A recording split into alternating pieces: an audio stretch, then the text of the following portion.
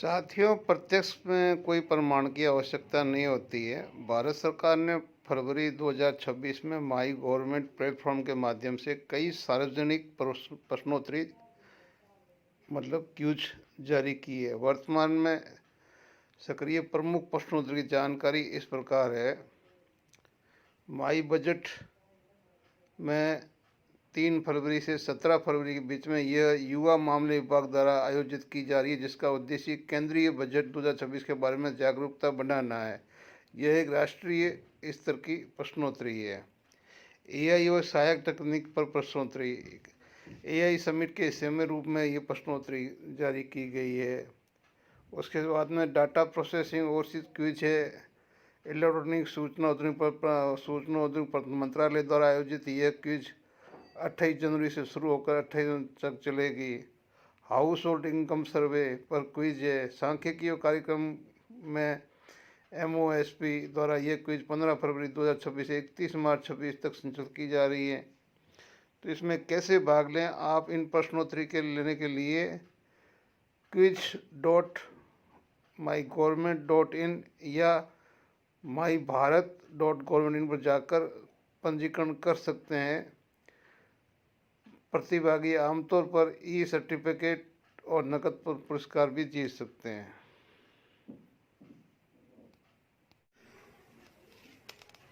एक बच्ची ने अपनी माता से बोला कि उसको बच्चा होने वाला था कि माँ, जब मुझे बच्चा हो ना तब मुझे जगह देना। माँ बोली, बेटे, जब तुम्हें बच्चा होगा तो मैं तुम्हें जगह दूंगी, लेकिन कहीं ऐसा न हो कि मैं तुझे जगाऊं उससे पहले कहीं तू पूरे गांव को जगा दे। और यही हालत आज की सरकार में हो रही है कि आज रूलिंग पार्टी पूरे देश को जगा रही है और विपक्ष भी दोनों एक जैसे ही है, देश को जगा रहे हैं। दोनों में से किसी न किसी का तो बच्चा होने वाला है और माँ का काम है कि तसल्ली देना और कि बच्चा होगा तो जगह दूंगे। साथियों, जय हिंद, जय भारत, वंदे मातरम। मैं आपका साथी वेटरन ओम प्रकाश जैसलमेर से। जैसा कि आपने अभी ये सुना कि बच्चा होने वाला है, किसका होगा, लेकिन होगा जरूर। एक क्यूज प्रतियोगिता भारत सरकार ने, गवर्नमेंट इंडिया ने 2 वेबसाइट लॉन्च करके रखी है और सिर्फ कौन कौन से विभाग ले रहे हैं ये बताया गया है, लेकिन क्विज क्या क्या है वो जब आप प्रतिभागी बनेंगे तब आपको पता चलेगा।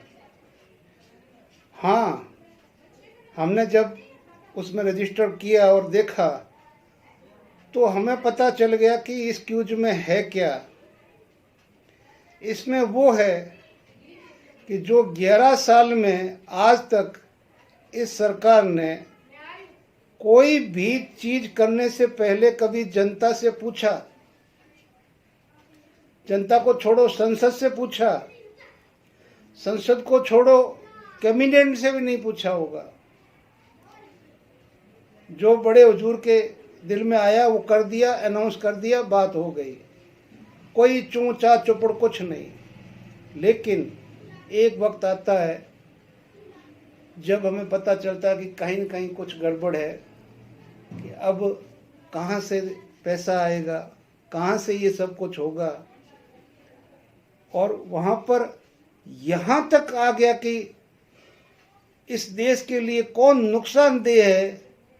संसद बोल रही है कि जितनी भी ट्रेड यूनियंस और जितने संगठन हैं वो सब देश की विकास में रुकावट बन रहे हैं। वाह!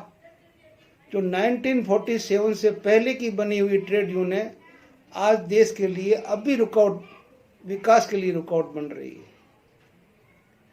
एक मजदूर के पास क्या होता है? अपनी आवाज़ उठाने के लिए प्लेटफॉर्म होता है।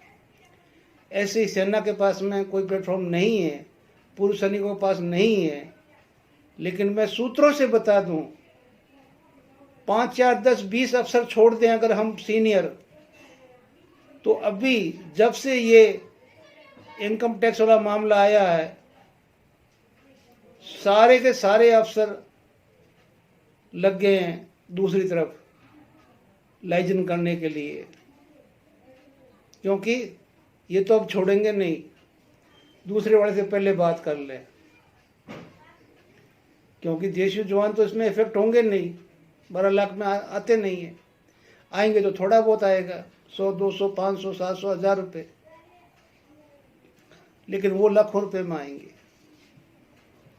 अब बात ये है कि पे कमीशन से पहले ये जो एक क्यूज करके जो प्रोग्राम चलाया गया है, जब इसकी पूरी डिटेल में गया हूं तो मुझे पता चला है कि ये पे कमीशन को कहीं न कहीं अस्थिर करने के लिए ये रिपोर्ट्स मांगी गई है, और मेरे जैसे बहुत पागल उसके अंदर अंड संड बकेंगे, ये होना चाहिए, ये नहीं होना चाहिए,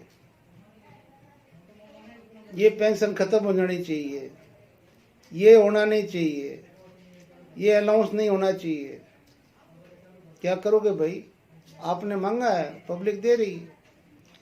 लेकिन क्या 55 लाख करोड़ से जब हमारा देश का कर्जा था, आज 2.5 लाख हजार करोड़ कर्जा हो गया, देश से पूछ के लिया।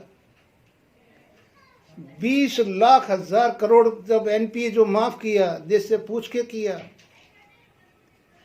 जितने भी आपने फैसले किए युवाओं के, देश के, किसानों के, मजदूरों के, क्या उनसे पूछ के किए? 11 साल में कोई एक बात, एक कानून बता दीजिए जिस कानून का आपने सर्वे पहले समाज में करवाया हो, या उस संबंधित विभाग में करवाया हो, या उस सेक्टर में करवाया हो जिसके लिए वो कानून बन रहा है। आपको पे कमीशन को किसी तरह कैसे बैकफुट पे लाया जा सकता है, वो उद्देश्य है सरकार का। और अगर मैं झूठ बोलूं तो आप रुक जाइए। मैं तो बोल रहा हूं कि इनको अपनी कुर्सी से ज़्यादा कुछ नहीं चाहिए, और जैसे जैसे कुर्सी नज़दीक आएगी ये आपको अपग्रेड करते जाएंगे, आपका पे कमीशन अपग्रेड होता जाएगा। उससे बीच में पे कमीशन का सरकार नाम भी नहीं लेगी, पे कमीशन का नाम भी नहीं लेगी। और क्या बोल रहे हैं चीफ सेक्रेटरी वित्त मंत्रालय या किसी और मंत्रालय, गृह मंत्रालय के एक भी अग्निवीर बाहर नहीं रहेगा, सबको नौकरी मिल जाएगी। हाँ, हमें पता है कि पहले बैच को आप सेटल करेंगे तब जाके बाकी भी उस गड्ढे में गिरेंगे ना, कि जब पहला बैच सेट हो गया तो अभी हमें भी हो जाएगा, तो लोग उस गड्ढे में गिरेंगे।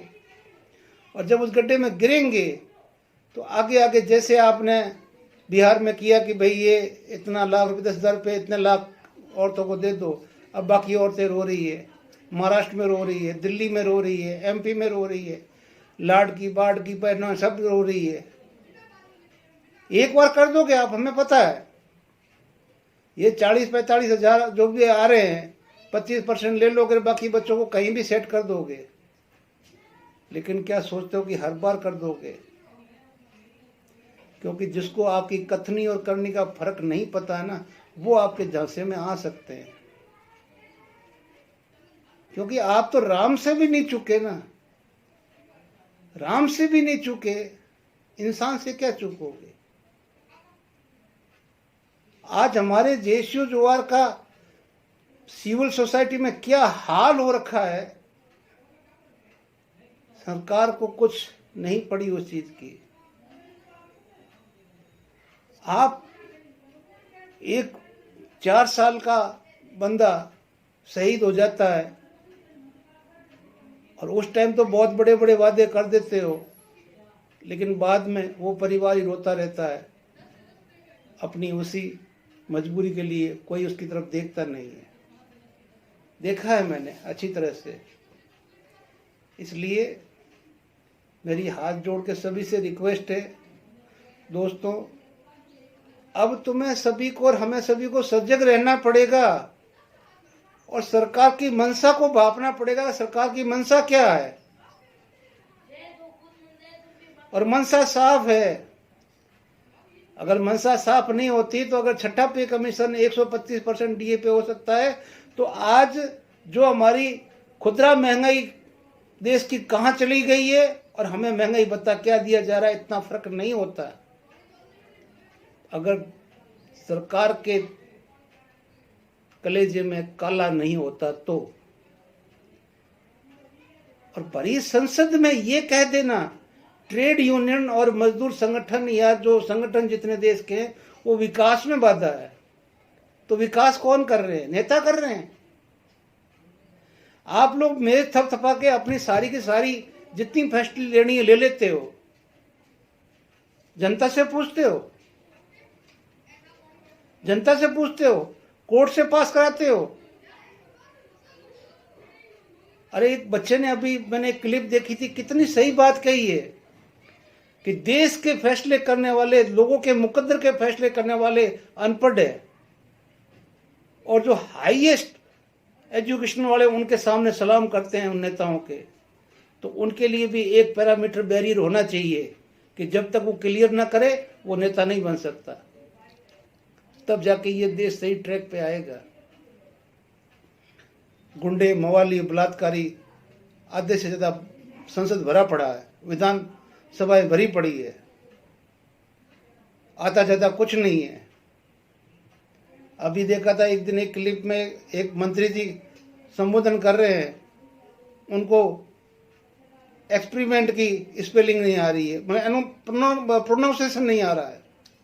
बोलिए, कहने का मतलब ये है कि मेरा आज का वीडियो बनाने का एक ही उद्देश्य ये है कि सिर्फ हमें सभी को सजग होना पड़ेगा अगर हमें अपने हक लेने हैं तो। नहीं तो आपके हक ऐसे होते हैं ना, पोटली में बांध के, और जो है वो पकड़ा दिए जाएंगे। क्योंकि सेना अंदर से बोल नहीं सकती, बाहर जेसीओ जवान के संगठन है वो कुछ कर नहीं सकते। एक संगठन है सिर्फ, और एक संगठन, साहब का संगठन। आज उसका नाम खुले दिल से ले रहा हूं कि जिसने जनवरी के लिए 2 बार लेटर लिखा है, और हालांकि मेरा अभी किसी से संपर्क नहीं हुआ है, लेकिन जो फिर भी जो इनपुट आई है कि 25 फरवरी के लिए फिर वो मांग कर रहे हैं, और वो बंदे फिर जंतर मंतर पे आएंगे। क्या उनको पेंशन ज़्यादा चाहिए? और उन्होंने ये भी बोला है कि बाकी संगठन जो आगे आना चाहे तो आए ना, हम आपका साथ देंगे। लेकिन नहीं, कोई नहीं आ रहा।